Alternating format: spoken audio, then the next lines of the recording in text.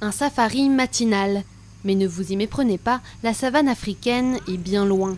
Ces touristes se trouvent aux Philippines, sur l'île de Calauit, dans la mer de Chine méridionale. Là, J'ai j'ai l'impression d'être en Afrique, pas aux Philippines. Cette faune, inattendue dans cette partie du monde, est le vestige de la folie de Ferdinand Marcos.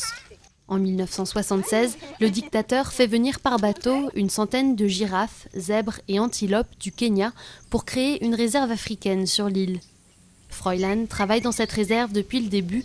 Il tient les habitants de l'île pour responsables de la disparition des antilopes impala.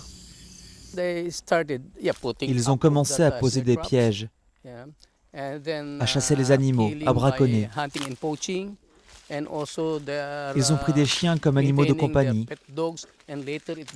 mais certains sont devenus des chiens errants et ont aussi commencé à chasser le petit gibier.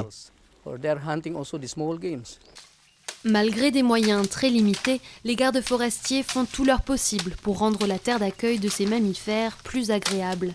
Chaque jour, ils déblaient le bambou dont les feuilles peuvent écorcher les animaux.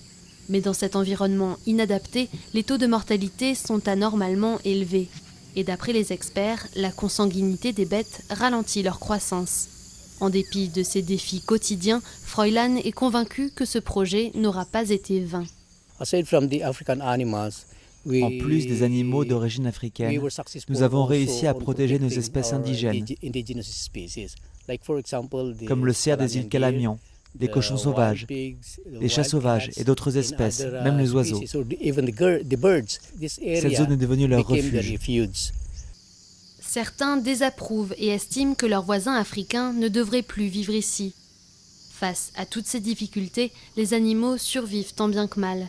Mais le boom du tourisme pourrait aider à trouver les fonds nécessaires pour leur assurer un avenir meilleur sur cette île, si loin de leur terre natale.